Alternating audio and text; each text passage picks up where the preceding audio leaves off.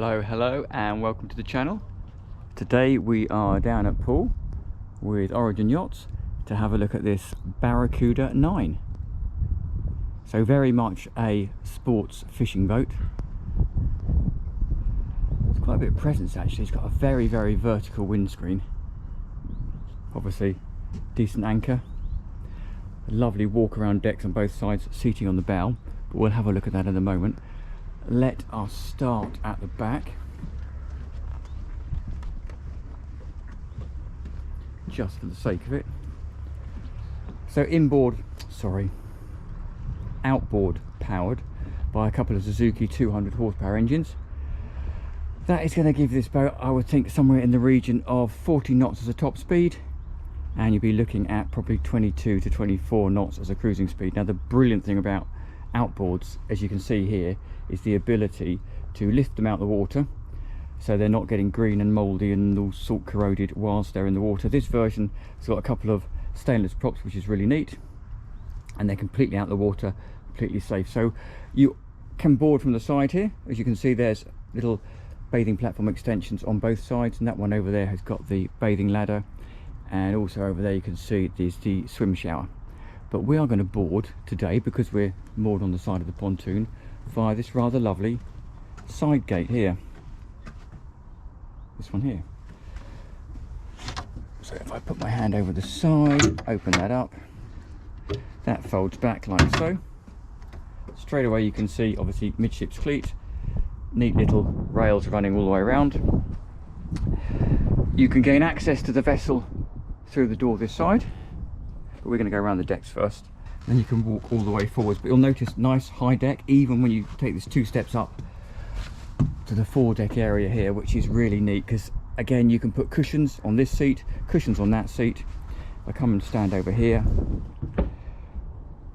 this whole area here also becomes a seating area, and I'll drop in some pictures so you can see what that looks like. Really useful hard top. You can see the fishing rod holders at the back. You'll also notice here is a very large sliding sunroof, and that is surrounded by glass panelling, so it does make it incredibly bright and light inside, even when the weather's not so nice. So whilst we're here, you can see straight away there is a couple of rod holders, both sides, cup holders, a decent anchor locker, decent storage, electric windlass, as we looked at from externally, that anchor. So I guess the idea is, I'm not a fisherman myself, but I guess the idea is you can sit here and drift and fish off the front of the boat. Take a walk down this side deck. Underneath here is the gas bottle. It's only a door on the far side, but we do have a secondary access door in here. If we walk down to the stern of the boat, again really high side decks, you'll notice that there's rod holders here and here, cup holders. Now you can see those outboard engines. Lift this up and you can see that the idea with this is, it's not so bad on these engines. If you had a slightly bigger engine, I imagine this needs to lift up to enable the engines to tilt up and down. Luckily it doesn't have to on this one. So there's a bait chopping board there. There's a bait well, I believe, or certainly storage locker in there. And again, the way that this is worked is really clever. So you can have it completely out the way as it is now for fishing.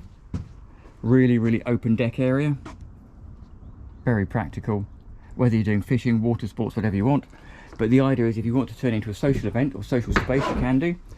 Really simply, that seat pulls out. This unit slides forward. That seat pulls down. This seat pulls out on this side, like so. And that entire area will completely infill with cushions. So I'll drop a quick picture in so you can see what that looks like infilled with cushions. Just before I push it back, under here is another big storage locker, which again is quite nice because it's self-drained, and then all of that drains out the back here in these 2 scuppers at the back. So I'll just slide that back like so. Pop these seats up or back and away. Pop this one back and away. Just lock this back in while we're here. So underneath here, because obviously the outboard engines are stuck at the back, there's no engine down here, and unfortunately I don't have the key for this, but under here is a very, very large lazarette for storage space. So if we take a step back over here, you'll notice obviously there's a very large sliding door across here that folds back into 3 sections and then gives you access to the saloon. 2 seats on both sides facing each other, which is quite nice, and then there is storage underneath both of these seats, like so. Same under that seat. And there's a pole here, because what that pole does is give you access or enable this table, which is very clever. So it's hidden and moulded into the ceiling here, as you can see. But if you want to use it as a table, you just unloosen it, take the safety pin out, and drop that down, and that table then sits in here. I'll drop in a quick picture so you can see what that table looks like. But the brilliant thing about it being down and up is you can have it as a table, or you have it completely out the way if you don't need it as a table. Now, just while we're in here, there is glass everywhere. This is such a light and bright boat. As you can see, there's the helm door. Again, moulded windows, massive single piece glass windscreen, moulded glass all the way down the side, port side door, and again glass. So it's very, very, very bright boat. So you take a couple of steps forward, and I'll head over this way. You can see down here, under the helm seat, we have a Dometic standard fridge, decent sized double helm seat with the bolster currently up. So really simply you can drop that down, and you've got a full size double helm seat, pop it up, and you've got a bolstered seat. You'll also notice there's a lever down here, so you can slide that seat backwards and forwards, so you can get it comfortable for yourself on the footrest. And also you'll notice that there is another door this side. So again, we often talk about this, and this is actually quite clever actually. These doors lock in 2 places. So you can lock it in that position there, with the door just ajar, just to get some air or ventilation through. You can have the back doors open, you can have the same with that side door, and even the stern door locks in about 3 different locations. So the brilliant thing about that is if you're helming, you have got helm, sliding door, deck door, midships cleat, midships cleat. Really, really straightforward for single-handed berthing. So over to the helm station. Pretty much what you would expect. Lawrence navigator, twin engine controllers or engine information systems, benefit for bow thruster, which is really nice, engine start, stop, and leg trim, emergency stop, I guess that must be, trim tabs, a couple of very, very comfortable, nice to use electronic throttle and gear selectors. Oops, sorry, no, oh, there's the trim up and down. Usual carling switches, VHF radio over there, some additional Fusion speakers to go with the Fusion stereo system. And again, if I take a little step back here, actually I forgot to show you this, there's that massive glass panel that again helps to throw light down into the boat. This section here is a little sort of sunroofy bit, so you lift that up, you can then slide it back like so, and you'll notice that it locks in a couple of locations, so you can lock it in either fully open or half open, and just loads and loads of ventilation and light. So lock that back up like so. On the port side there's a mini galley, the gas burner, and a little sink here as well. And if you want to gain access forward, very straightforward, that slides up like so on its little gas rams, and then this door here just folds and away, and then you have access via a couple of steps down into the forward cabin. Pretty conventional, slightly offset V-berth as you would expect down there. Storage under both of these seats as well. I just drop in here, sit on the step.